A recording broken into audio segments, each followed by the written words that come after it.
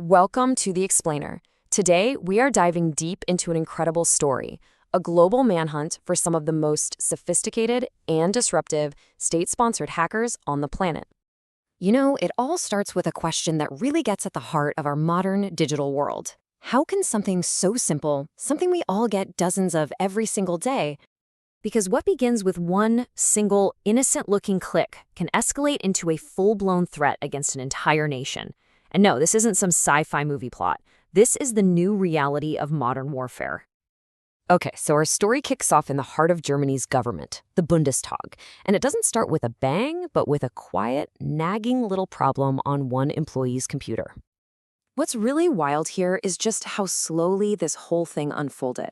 So on April 30th, an email that looks like it's from the UN lands in a bunch of inboxes. A week later, an assistant notices her PC is acting weird and calls IT, but she kind of gets brushed off.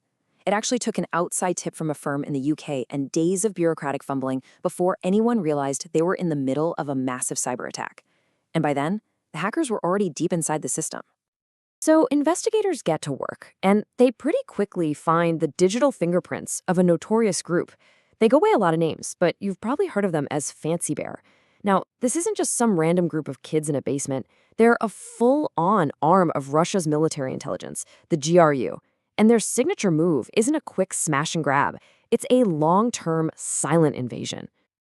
The hackers moved like ghosts, jumping from computer to computer until they hit the absolute jackpot, the parliamentary office of Chancellor Angela Merkel herself. And while they were trying to seal her emails, one of the hackers made a tiny but absolutely critical mistake. In a rush, he forgot to delete his alias from the code. It just goes to show you, even the most sophisticated operations can be tripped up by simple human error. The name they found? Scaramooch. In the end, these hackers made off with a huge amount of data. We are talking 16 gigabytes. Now I know, that might not sound like a lot when we all have terabyte hard drives, but when you're talking about just emails and documents, that is a staggering treasure trove of sensitive political secrets. At the time, a lot of people might have just shrugged this off. States spy on each other, right? Business as usual.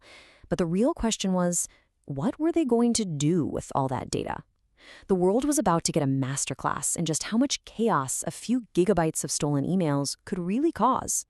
So let's jump forward a year to 2016 and the US presidential election, because this is where Fancy Bear went from just spying to actively interfering and really showed the world their true power. You're not going to believe this. It didn't take some super complex Hollywood-style hack to breach Hillary Clinton's campaign. It all came down to a single phishing email sent to her campaign chair, John Podesta. And he did the right thing. He forwarded it to an IT guy to ask if it was real. The IT staffer meant to type, "It's an illegitimate email," but made a typo, and instead wrote it was a legitimate email. One typo. Podesta clicked the link, and just like that, Fancy Bear had his entire inbox, more than 50,000 emails. And here is where the story gets even crazier. It turns out there weren't just one, but two completely separate Russian intelligence units inside the Democrats' network at the exact same time. You had Fancy Bear, the loud, aggressive military guys, and then you had Cozy Bear, the quiet, stealthy foreign intelligence spies. They were almost certainly unaware of each other, like two rival spies bumping into each other in the same digital hallway. It's incredible. So here's the crucial point. This stolen data wasn't just filed away for intelligence, it was weaponized. Using fronts like Gucci for 2.0 and WikiLeaks, Fancy Bear strategically leaked the emails, creating this constant drip, drip, drip of negative headlines that completely dominated the election cycle and were even amplified on the campaign trail itself. But these hackers, they weren't ghosts. They made mistakes. They had to travel.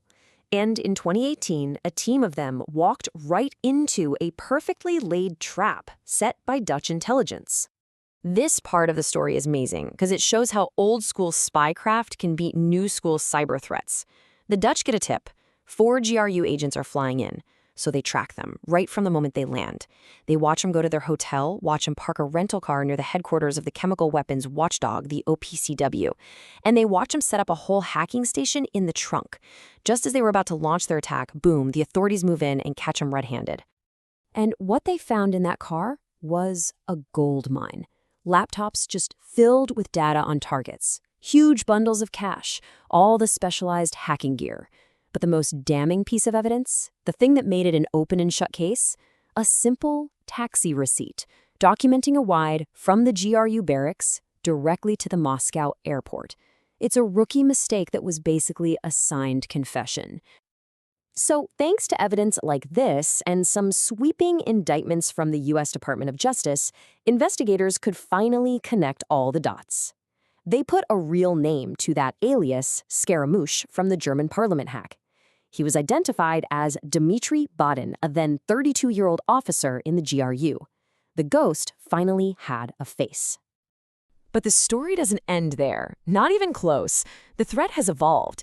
It's moved way beyond political interference and into the realm of direct military sabotage. Just 1 hour. That's it. That's the amount of time between a massive Russian cyber attack and the physical invasion of Ukraine in 2022. And this time, it wasn't a Fancy Bear. It was another GRU unit called Voodoo Bear. Their target was the Viasat satellite network. This wasn't about stealing emails anymore.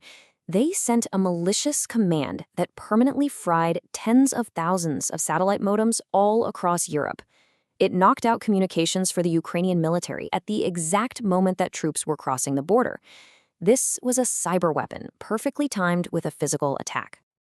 So the international hunt for these bears revealed their methods, even their identities. But some recent leaks from inside Russia's own cybersecurity industry gives us a pretty terrifying glimpse of what they're planning for the future.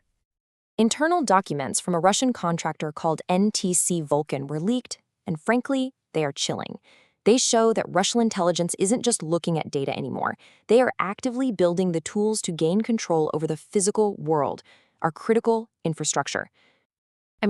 The documents literally show them mapping out how to interfere with railway systems. They're testing if they can slow down trains. And think about it. If you can slow a train down, you can also speed it up.